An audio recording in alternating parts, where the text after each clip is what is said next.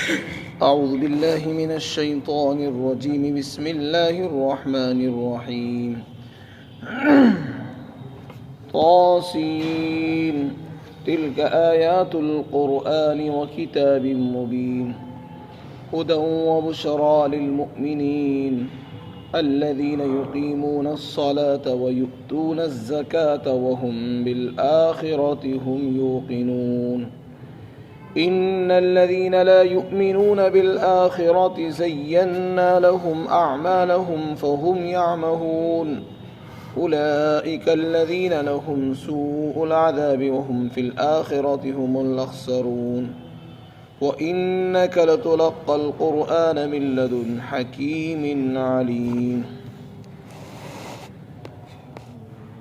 طاسین، یہ قرآن کریم کی آیات ہیں اور اس کتاب کی آیات ہیں جو ہر چیز کو واضح کر دینے والی ہیں، اور یہ آیتیں ایمان والے لوگوں کے لیے ہدایت ہیں اور خوشخبری سنانے والی ہیں۔ ایمان والے وہ لوگ ہیں جو نمازوں کو قائم کرتے ہیں اور زکوٰۃ ادا کرتے ہیں اور آخرت پر وہ لوگ یقین رکھتے ہیں، اور جو لوگ آخرت پر یقین اور ایمان نہیں رکھتے ان کے اعمال ہم نے ان کے لیے خوشنما بنا دیے تو وہ اس میں بھٹکتے رہتے ہیں۔ یہی وہ لوگ ہیں جن کے لیے برا عذاب ہے اور وہ آخرت میں سب سے زیادہ نقصان والے ہوں گے۔ اور اے پیغمبر صلی اللہ علیہ وسلم، آپ کو قرآن دیا جا رہا ہے اس ذات کی طرف سے جو حکیم ہے اور بہت زیادہ جاننے والا ہے۔ یہاں سے سورہ نمل شروع ہو رہی ہے۔ نمل کے معنی چیونٹی کے آتے ہیں۔ اس سورت کے اندر چونکہ اللہ تعالیٰ نے چیونٹی کا ذکر فرمایا ہے، ایک مرتبہ حضرت سلیمان علیہ السلام کا لشکر چلا جا رہا تھا، ایک چیونٹی نے اپنی ہم جنس چیونٹیوں سے کہا کہ تم اپنے اپنے بلوں میں گھس جاؤ، ایسا نہ ہو کہ سلیمان کا لشکر تم کو روند ڈالے۔ چنانچہ اسی مناسبت سے اس سورت کا نام سورہ نمل پڑ گیا۔ نمل کے معنی چیونٹی کے آتے ہیں۔ چنانچہ اس کی تفصیلات آئندہ آئیں گی۔ اس کے بعد طاسین جو ہے حروف مقطعات میں سے ہیں، اس کی کیا مراد ہے؟ مفسرین اس موقع پر فرماتے ہیں کہ اس کی مراد اللہ ہی جانتا ہے۔ قرآن کریم کے اندر بہت سے رموز اور اشارات ہیں، بہت سے کلمات ایسے ہیں جن کی مراد اللہ ہی جانتے ہیں، کسی کو ان کی مراد کا علم نہیں دیا گیا۔ یہ اللہ اور رسول کے درمیان ایک راز ہے، اور ہمیں اس کی تحقیقات میں پڑھنے کی ضرورت بھی نہیں ہے، کیونکہ نہ اس پر آخرت کی نجات کا مدار ہے نہ قبر کی نجات کا مدار ہے۔ اس کے بعد ارشاد فرمایا کہ یہ قرآن کریم کی آیتیں ہیں جو تمہارے سامنے پڑھ کر سنائی جا رہی ہیں۔ قرآن کریم میں جو آیتیں ہیں یہ قرآن کی آیتیں ہیں۔ اس آیت شریفہ سے یہ بات واضح ہو جاتی ہے کہ جو قرآن کریم میں آیتیں پڑھی جا رہی ہیں یہ قرآن ہی کی ہیں، کسی اور کتاب کی نہیں ہیں، اور اس کو قرآن ہی کہتے ہیں۔ بہت سے حضرات ہیں جو گمراہ ہیں، وہ اس کو قرآن کہنے کو تیار نہیں، وہ کہتے ہیں اس کا نام قرآن نہیں ہے، یہ کتاب ہے۔ تو کتاب کہو یا قرآن کہو ایک ہی بات ہے۔ اللہ تعالیٰ فرماتے ہیں یہ قرآن کی آیتیں بھی ہیں اور کتاب کی آیتیں بھی ہیں۔ قرآن کریم کے مختلف نام ہیں۔ قرآن کو جہاں قرآن کہا جاتا ہے اس کو کتاب بھی کہا جاتا ہے۔ اور کتاب کیسی ہے؟ واضح کر دینے والی ہے، ایک ایک چیز کو بالکل کھول دینے والی ہے، دودھ کا دودھ پانی کا پانی کر دیتی ہے۔ اس کے بعد قرآن کریم کی صفت اور شان بیان کی کہ یہ قرآن کریم صرف کتاب ہی نہیں ہے بلکہ یہ راستہ دکھانے والی کتاب ہے، رہنمائی کرتی ہے۔ جیسے ہم کسی کا ہاتھ پکڑ کر، بچے کا ہاتھ پکڑ کر اس کو راستہ بتاتے کہ بیٹا دیکھو یہاں جانا، یہاں سے چلنا، اور یہاں مت جانا، یہاں جانے سے خطرہ ہے، اور یہاں جانے سے فائدہ ہوگا، اس طرح جانا۔ تو جیسے ایک باپ اپنے بیٹے کو ہاتھ پکڑ کر اس کو راستہ دکھاتا ہے اور دنیا میں جینے کا طریقہ اس کو بتاتا ہے کہ دیکھو بیٹا، ایسے زندگی گزارنا ہے، ایسے نہیں گزارنا، ایسے لوگوں کے پاس بیٹھنا، ایسے لوگوں کے پاس نہیں جانا، قرآن کریم بھی انسان کی رہنمائی کرتی ہے۔ اور حقیقت یہ ہے کہ اگر کوئی کتاب رہنمائی کرتی ہے وہ قرآن ہی ہے۔ یہ شان صرف قرآن کو حاصل ہے، یہ لقب قرآن کو حاصل ہے کہ وہ کتاب ہدایت ہے۔ دنیا کی کوئی کتاب ہدایت نہیں دیتی، نہ کوئی کتاب ہدایت ہے۔ قرآن کریم اللہ نے کتاب ہدایت کے طور پر ہمیں عطا فرمائی ہے۔ اس سے پتہ چلا اگر ہمیں رہبری کی ضرورت ہے تو قرآن ہمارے سامنے موجود ہے۔ ہمیں راستہ چاہیے تو قرآن کھولنا ہوگا۔ ہمیں کامیابی کا راستہ تلاش کرنا ہے تو اس میں قرآن میں آپ کو تلاش کرنا پڑے گا۔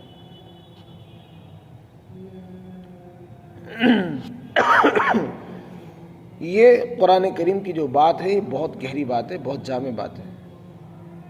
ہم لوگ راستہ تلاش کرتے ہیں، کوئی کامیابی ڈھونڈ رہا ہے، کوئی شفا تلاش کر رہا ہے، کوئی نجات چاہتا ہے، کوئی بھلائی چاہتا ہے، کوئی سکون چاہتا ہے۔ قرآن کریم کا اعجاز یہ ہے کہ اس میں ہر چیز کا راستہ ہے۔ آپ کو شفا چاہیے، قرآن پڑھیے، اللہ تعالیٰ آپ کو شفا عطا فرمائیں گے۔ کامیابی چاہتے ہو تو قرآن کھول کر دیکھو، قرآن کریم بتائے گا دیکھو یہ کامیابی کا راستہ یہ ہے۔ آپ کو بھلائی چاہیے، سکون چاہیے زندگی میں تو قرآن پڑھیے۔ سکون کیسے آتا ہے اس کا طریقہ قرآن بتائے گا۔ آپ جو ہے اپنے بچوں کی پرورش کرنا چاہتے ہیں تو کیسے کرنی اس کا راستہ بھی قرآن بتائے گا۔ یعنی بچپن سے لے کر بڑھاپے تک زندگی کے ہر موڑ پر اور ہر میدان میں، ہر مرحلے پر قرآن کریم ہماری رہنمائی کرتا ہے۔ لیکن ضرورت اس بات کی ہے کہ قرآن کریم سے رہنمائی لیں، قرآن کریم کو کھولیں سینے سے اور معلوم کریں کہ قرآن ہماری اس بارے میں کیا رہنمائی کرنا چاہتا ہے۔ ہمارے یہاں خوشی کا موقع ہے تو ہمیں خوشیاں کیسے منائیں گے؟ قرآن کریم اس کی رہبری کرے گا۔ غم ہے تو غم کے موقع پر ہمیں کیا کرنا ہے؟ قرآن کریم اس کی ہمیں رہنمائی کرتا ہے۔ الذین اذا اصابتهم مصیبہ قالوا انا للہ وانا الیہ راجعون۔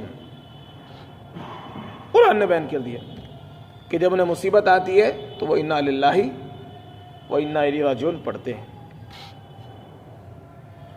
مصیبت کے وقت رونے کا حکم نہیں دیا، مصیبت کے وقت اپنے کپڑے پھاڑنے کا قرآن میں حکم نہیں دیا، مصیبت کے وقت اپنے آپ کو مصیبت میں ڈالنے اور زیادہ پریشان کرنے کا حکم نہیں دیا۔ تو قرآن کریم ہماری رہنمائی کر رہا ہے۔ ہمیں شادیاں کیسے کرنی ہیں یہ قرآن ہمیں بتائے گا۔ قرآن کریم کی تشریح ہے، احادیث رسول اللہ کی پوری زندگی وہ قرآن کی تفسیر ہے۔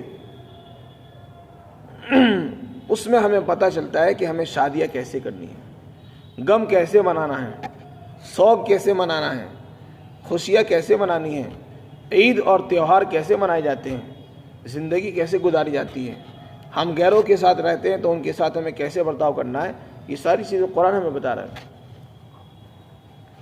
تو اس کو ایک کتاب کے طور پر مت دیکھیں ہم، دنیا میں جس سے ہزاروں کتابیں موجود ہیں انہی میں سے ایک کتاب قرآن کریم بھی نہیں۔ یہ عام کتابوں کی طرح نہیں ہے، بلکہ یہ کتاب ہدایت ہے، یہ ہمیں راستہ دکھاتی ہے ہر موڑ پر۔ پھر آگے دوسری صفت بیان کی، وَبُشْرَى لِلْمُؤْمِنِينَ۔ بشرا کے معنی خوشخبری کے آتے ہیں، یعنی یہ ایمان والوں کے لیے بشارت بھی ہے۔ یہاں پر بعض لوگوں کے ذہن میں یہ بات آ سکتی ہے کہ قرآن کریم جو اللہ نے اتارا ہے یہ تو نہ مسلمانوں کے لیے تو اترا نہیں، یہ تو سارے انسانوں کے لیے اترا ہے، اور قرآن صرف مسلمانوں کا قرآن نہیں ہے، یہ تو سارے انسانوں کے لیے ہدایت بن کر آیا ہے اور سارے انسانوں کے لیے خوشخبری سنانے والا ہے۔ اور یہاں کہا جا رہا ہے کہ یہ ہدایت ہے ایمان والوں کے لیے، اس سے تو پتہ چلتا ہے کہ شاید یہ ایمان والوں کو راستہ دکھائے گا، کافروں کو راستہ نہیں دکھاتا قرآن۔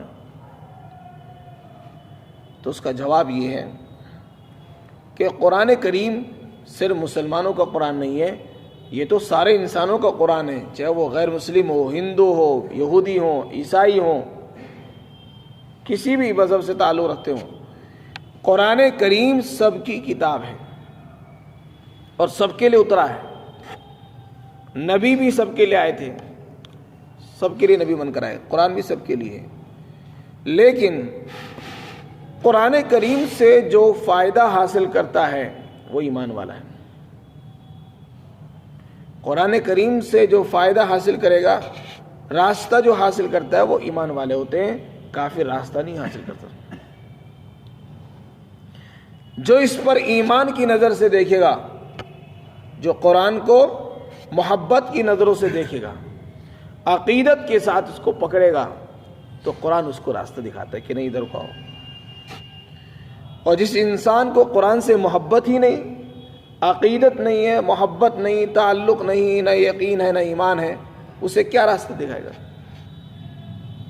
تو اصل چیز اعتقاد ہے، محبت ہے۔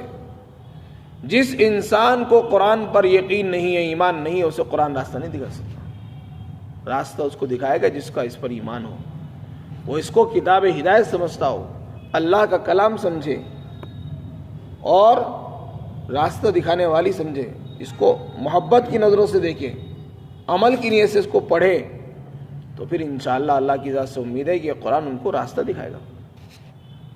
اور یہ تجربہ ہے، ہر جگہ عقیدت سے تعلق ہے۔ آپ کو کسی ڈاکٹر سے عقیدت ہے، محبت ہے، تو آپ جاتے ہیں تو اسے شفا ہو جاتی ہے۔ شفا کا مطلب نہیں کہ اللہ نے اس کو شافی بنا دیا ہے، شفا تو اللہ کے ہاتھ میں، عقیدت بھی کوئی چیز ہے۔ اس لیے فرمایا کہ یہ ایمان والوں کے لیے ہدایت ہے۔ کیا مطلب؟ یعنی ایمان والے ہی اس سے رہنمائی حاصل کرتے ہیں۔ کافر کو جب یقین نہیں ہے نہ ایمان ہے تو وہ راستہ کیسے پوچھے گا اس سے؟ اسی لیے ایمان والوں کو چونکہ اس پر یقین ہوتا ہے، اس لیے یہ ان کو خوشخبری بھی سناتا ہے۔ پھر آگے ایمان والوں کی صفات بیان کی کہ ایمان والے کون لوگ ہیں۔ سب سے پہلی صفت بیان کی کہ وہ ایمان والے نماز قائم کرتے ہیں۔ اعمال تو بہت سارے تھے، نماز ہے، روزہ ہے، زکوٰۃ ہے، حج ہے، جہاد ہے، دعوت ہے، ذکر اللہ ہے، لیکن ان تمام اعمال میں سب سے بڑا عمل نماز ہے۔ علماء نے لکھا ہے کہ انسان جو عمل کرتا ہے وہ دو تین طرح کے ہیں۔ کچھ عمل تو وہ ہے جس کا تعلق بدن سے ہے، جس میں انسان کا بدن استعمال ہوتا ہے، جیسے کہ نماز۔ اس میں آدمی کبھی کھڑا ہوتا ہے، کبھی بیٹھتا ہے، کبھی رکوع کرتا ہے، کبھی سجدہ کر رہا ہے، تو بدن کا استعمال ہو رہا ہے۔ نماز پڑھنے میں پیسے نہیں لگتے، بدن کا استعمال ہوتا ہے، تو یہ بدنی عبادت کہلاتی ہے۔ اور بہت سی عبادتیں وہ ہیں جس میں بدن خرچ نہیں ہوتا، مال خرچ ہوتا ہے، جیسے کہ زکوٰۃ، صدقہ، فطرہ۔ یہ کون سی عبادت ہے؟ یہ مالی ہے، جس میں مال لگتا ہے۔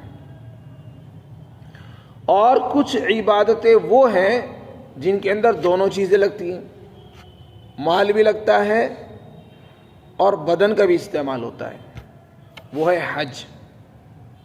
حج کے اندر آپ پہلے پیسے کا انتظام کریں گے، اس کے بعد پھر آپ خود چل کر جائیں گے، وہاں طواف بھی کریں گے، سعی بھی کریں گے، اور میدان عرفات بھی جائیں گے، اس میں چلنا بھی پڑے گا اور دوڑنا بھی پڑے گا، طواف بھی کرنا پڑے گا، یہ سب کچھ کرنا پڑتا ہے۔ تو حج ایسی عبادت ہے جس کے اندر دونوں چیزیں جمع ہیں۔ اللہ تعالیٰ نے یہاں پر دونوں قسم کی عبادتوں کو جمع کر کے فرمایا کہ ایمان والے وہ لوگ ہیں جو نماز قائم کرتے ہیں۔ تو نماز بدنی عبادت ہے، اور زکوٰۃ بھی دیتے ہیں، تو زکوٰۃ مالی عبادت ہے۔ تو ان دونوں کو جمع کر کے بتا دیا کہ جو انسان نماز پڑھے گا، نماز اس کو دوسرے کاموں پر جمائے گی۔ نماز وہ عمل ہے جو انسان نماز پر کھڑا ہو جاتا ہے تو اس کے لیے دوسرے عمل کرنا آسان ہو جاتا ہے۔ اس لیے فرمایا الذین یقیمون الصلاۃ، ایمان والے وہ ہیں جو نماز کو قائم کرتے ہیں۔ قائم کرنے کا مطلب پہلے بھی بتایا گیا، ایک تو ہوتا ہے نماز کا پڑھنا، نماز فجر کی نماز ہے، صبح 6:30 بجے نماز ہو رہی ہے، 6:15 بجے نماز ہو رہی ہے، آپ فجر کی نماز کو 6:30 بجے پڑھ لیں تب بھی پڑھنا کہلائے گا، 9 بجے پڑھیں تب بھی پڑھنا کہلائے گا، رات میں پڑھیں تب بھی پڑھنا کہلاتا ہے۔ نماز کا پڑھنا مقصود نہیں ہے۔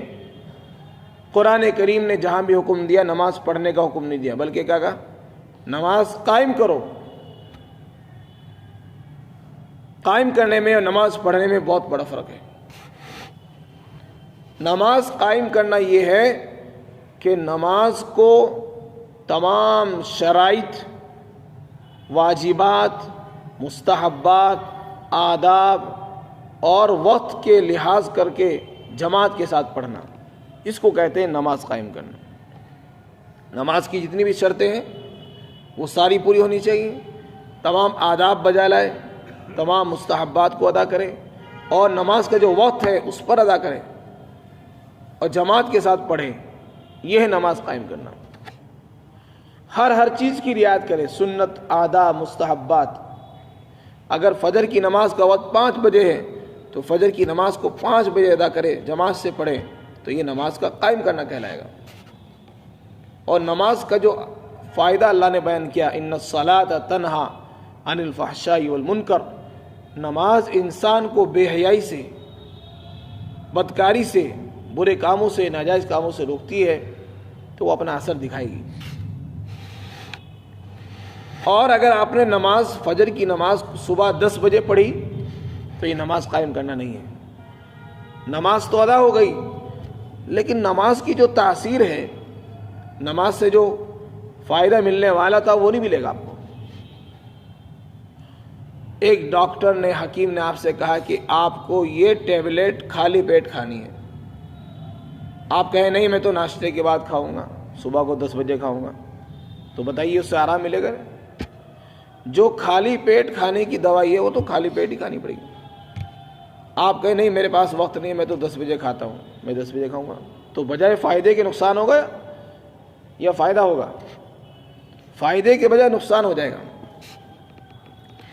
بالکل اسی طرح فجر کی نماز ناشتے سے بھی پہلے صبح پڑھنے کا حکم ہے۔ آپ کہیں نہیں میں تو 10 بجے پڑھوں گا، تو نماز تو ادا ہو گئی، ذمے سے ساقط ہو گئی، لیکن نماز کے اندر سے جو فائدے تھے وہ نہیں حاصل ہوں گے، نماز کی برکتیں نہیں حاصل ہوں گی۔ نماز پڑھنے پر انسان کو جو انعامات ملتے ہیں وہ نہیں ملیں گے آپ کو۔ نماز کی جو تاثیر ہے وہ ختم ہو جاتی ہے، جیسے دوا کی ایک تاثیر ہے وہ ختم ہو گئی۔ وہ خالی پیٹ کھائیں گے تب اثر کرتی تھی، اور بھرے پیٹ ہونے کی حالت میں کھائیں گے تو اثر نہیں کرے گی۔ اسی طرح کا حال نماز کا بھی ہے۔ دوسری صفت بیان کی، زکوٰۃ ادا کرتے ہیں۔ زکوٰۃ بھی مالی عبادتوں میں سب سے بڑی عبادت ہے۔ یہ دونوں عبادتیں اسلام کے ارکان میں سے 2 رکن ہیں۔ اس کے بعد ارشاد فرمایا، تیسری صفت بیان کی، دنیا کے اندر نہ تو کوئی پولیس ہے، نہ کوئی طاقت ہے جو انسان کو نماز پڑھائے۔ ہم جس ملک کے اندر رہتے ہیں، یہاں کی حکومت کو نماز سے کوئی مطلب نہیں، آپ نماز پڑھیں نہ پڑھیں، زکوٰۃ دیں نہ دیں، انہیں کوئی مطلب نہیں، آپ قرآن نہ پڑھیں، انہیں کوئی پرواہ نہیں۔ اس دنیا میں رہتے ہوئے اسلامی قانون پر اگر کوئی چیز عمل کراتی ہے تو وہ آخرت کا یقین ہے۔ یہ تیسری صفت بیان کی، وہم بالآخرۃ ہم یوقنون۔ علماء نے لکھا ہے کہ یہ آخرت کا جو عقیدہ ہے ہمارے اسلام کے اندر، یہ بہت بڑی اسپرٹ ہے۔ یعنی جس انسان کے اندر آخرت کا عقیدہ جتنا مضبوط ہوگا، اتنا ہی وہ عمل کرنے والا ہوگا، اور جس کا عقیدہ آخرت کمزور ہے وہی اتنا عمل کے اعتبار سے کمزور ہے۔ جو لوگ چوریاں کر رہے ہیں، دھوکہ دے رہے ہیں، شرابیں پی رہے ہیں، اس کا مطلب یہ نہیں کہ انہیں معلوم نہیں کہ یہ غلط ہے، انہیں معلوم ہے کہ یہ غلط ہے، گناہ ہے، لیکن ان کا آخرت کا یقین کمزور ہے۔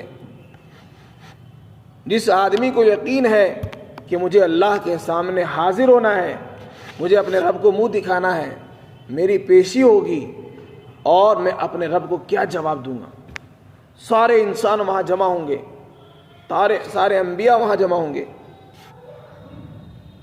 اور اس دن کی شرمندگی بڑی شرمندگی ہوگی۔ آج انسان یہاں گناہ کرتا ہے تو شرماتا ہے، گھر والوں سے شرما لیتا ہے، لیکن وہاں کی شرم بہت بڑی شرم ہوگی۔ تو جس انسان کا عقیدہ ہے کہ آخرت برحق ہے اور ایک دن اللہ کے سامنے عدالت میں پیش ہونا ہے اور وہاں شرمندہ ہونا ہے، تو وہ کبھی گناہ نہیں کرے گا، کبھی نماز نہیں چھوڑے گا، کبھی شراب نہیں پیے گا، کبھی جوا نہیں کھیلے گا۔ اور جس کا عقیدہ آخرت کمزور ہے، اس سے آپ کتنے گناہ کرا لو، اسے معلوم ہے آخرت تو ہے لیکن کمزور ہو چکا ہے۔ تو یہ عقیدہ آخرت، یہ ہر عمل پر انسان کو کھڑا کر دینے والا ہے، یہ بہت بڑا عقیدہ ہے اسلام کے اندر۔ اس کے لیے نہ کسی پولیس کی ضرورت ہے، نہ ڈنڈا مارنے کی ضرورت ہے، نہ کسی کو صبح بیدار کرنے کی ضرورت ہے۔ کوئی انسان اگر صبح کو فجر میں اٹھ رہا ہے، اس کو کوئی پولیس نہیں اٹھا رہی ہے، اس کو یہی آخرت کی فکر ہے کہ مجھے اپنے رب کو جواب دینا ہے، میں اپنے رب کو کیا منہ دکھاؤں گا، میں سوتا رہا اور میں نے نماز نہیں پڑھی۔ تو یہ آخرت میں اللہ کا ڈر اور خوف، یہ انسان کو ہر عمل پر کھڑا کرنے والا ہے۔ بس یہ پیدا کر دو، سارے انسان عمل کرنے والے بن جائیں گے۔ تو اس لیے زیادہ سے زیادہ ہم اس کی کوشش کریں کہ لوگوں کو آخرت کا ڈر، آخرت کی فکر یاد دلائیں، آخرت کا استحضار کرائیں، بار بار اس کی تذکرے ہوں، جنت کے، جہنم کے۔ قرآن کریم میں یہی ہے، قرآن کریم میں 3 مضمون بیان کیے گئے، پہلا توحید ہے، دوسرا رسالت اور نبوت ہے، اور تیسرا آخرت کا عقیدہ۔ سب سے زیادہ جو عقیدہ بیان کیا گیا وہ آخرت کا، توحید کا اور رسالت کا، یہ 3 چیزیں۔ یہ آخرت کا عقیدہ انسان کو ہر عمل پر کھڑا کر دیتا ہے۔ فرمایا اچھا کچھ لوگ وہ ہیں جو یقین نہیں رکھتے، آخرت کو نہیں مانتے، وہ سمجھتے بس دنیا سب کچھ ہے، جو چاہے کر لو۔ اللہ تعالیٰ فرماتے ہیں کہ وہ لوگ جو بھی عمل کرتے ہیں کبھی یہ نہیں سوچتے کہ ہم غلط کر رہے ہیں، بلکہ ہم نے ان کے اعمال کو ان کے لیے اچھا بنا دیا، خوشنما بنا کے پیش کر دیا کہ تم جو عمل کر رہے ہو بہت اچھا کر رہے ہو، غلط نہیں ہو۔ یہ بہت بڑا دھوکہ ہے۔ وَمَا الْحَيَاةُ الدُّنْيَا إِلَّا مَتَاعُ الْغُرُورِ، فرمایا دنیا کی زندگی دھوکہ ہے۔ یہاں بڑے بڑے انسانوں کو، عقل والوں کو دھوکہ لگ جاتا ہے، اس لیے کبھی بھی دنیا کے دھوکے میں مت آؤ۔ کبھی بھی کسی کو اچھا دیکھ کر یہ مت سمجھو کہ یہ اچھا ہے، کسی کو خوبصورت دیکھ کے یہ مت سمجھو کہ خوبصورت ہے، کسی کو خوشحال دیکھ کر یہ مت سمجھو کہ یہ خوشحال ہے، یہ دھوکہ ہے۔ دیکھنے میں لگ رہا ہے کہ وہ خوشحال ہے، اندر سے وہ پریشان ہے۔ اسی لیے فرمایا کہ جو لوگ یقین نہیں رکھتے آخرت پر، وہ اپنے اعمال تو بہت اچھے کر رہے ہیں اور سمجھ رہے کہ ہم بہت اچھا عمل کر رہے ہیں، لیکن حقیقت میں ان کے عمل اچھے نہیں ہیں۔ سمجھ لینے سے عمل اچھا نہیں ہوتا۔ عمل وہ اچھا ہے جس کو قرآن اچھا کہے، جس کو نبی اچھا کہہ دیں کہ یہ تمہارا عمل اچھا ہے۔ ورنہ ہماری جو عقلیں ہیں وہ تو ہر عمل کو اچھا بتا رہی ہیں۔ اگر ہم جوا کھیل لیں وہ بھی کہہ رہی کہ ہاں صحیح کر رہا، سٹا کھیل لیں وہ بھی کہہ رہی کہ ہاں صحیح کر رہا۔ وہ عمل اچھا ہے جس کو اللہ کہہ دے اچھا، جس کو رسول اللہ نے اچھا بتایا ہے، وہی نیک عمل ہے، وہی اچھا عمل ہے۔ ورنہ اس کے علاوہ ہمارے یار دوست دنیا والے جس کو اچھا بتا رہے ہیں وہ اچھا ہو ہی نہیں سکتا۔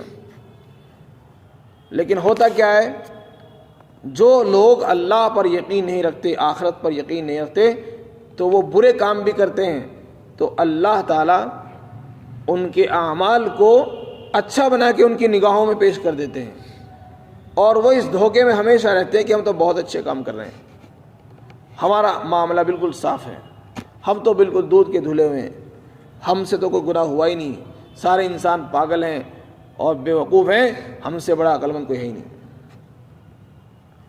لیکن یہ عقل مندی اس دن پتہ چلے گی جس دن انتقال ہوگا، موت آئے گی، آخرت کا منظر دیکھے گا، اس دن پتہ چل جائے گا کہ میں سب سے بڑا بیوقوف تو میں ہی تھا اور سب ٹھیک تھے. اس لیے فرمایا جو لوگ آخرت پر یقین نہیں رکھتے ہم نے ان کے اعمال کو ان کے لیے اچھا بنا کر پیش کر دیا ہے. شیطان بھی یہ کام کرتا ہے، چنانچہ وہ بھٹکتے پھرتے ہیں.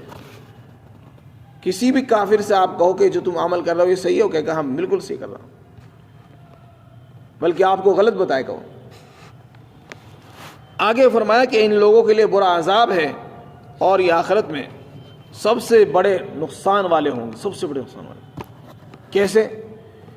اللہ نے دنیا میں ان کو جان دی، جسم دیا، مال دیا، انہوں نے اپنے جسم کا غلط استعمال کیا، اپنے مال کو گناہوں میں خرچ کیا. وہ مال اور وہ جسم اللہ کی مرضی پر خرچ ہونا چاہیے تھا، وہ جوانی اللہ کے مرضی کے کاموں پر لگنی چاہیے تھی، وہ وہاں نہیں لگی. جب آخرت میں یہ جائیں گے تو انہیں کچھ کام نہیں آئے گا، نہ انہوں نے کوئی نیکی کمائی ہوگی، نہ انہوں نے اپنے مال سے نیکیاں حاصل کی، نہ اپنے جسم سے انہوں نے نیکیاں کمائی ہوگی. اس لیے سب سے بڑے نقصان میں ہوں گے. اس دن ان کا جسم آگ کے اندر جلایا جائے گا اور ان کا جو مال ہے اس کو بھی ان کے اوپر عذاب بنا کر مسلط کر دیا جائے گا. وَإِنَّكَ لَتُلَقَّى الْقُرْآنَ مِن لَّدُنْ حَكِيمٍ عَلِيمٍ. آگے فرمایا کہ یہ قرآن کریم جو ہم نے آپ کو دیا ہے یہ کوئی کسی عام انسان کا کلام نہیں، یہ اس حکیم کا کلام ہے جو بڑا حکمت والا ہے اور بہت جاننے والا ہے. اللہ تعالیٰ ہم سب کو توفیق عطا فرمائے.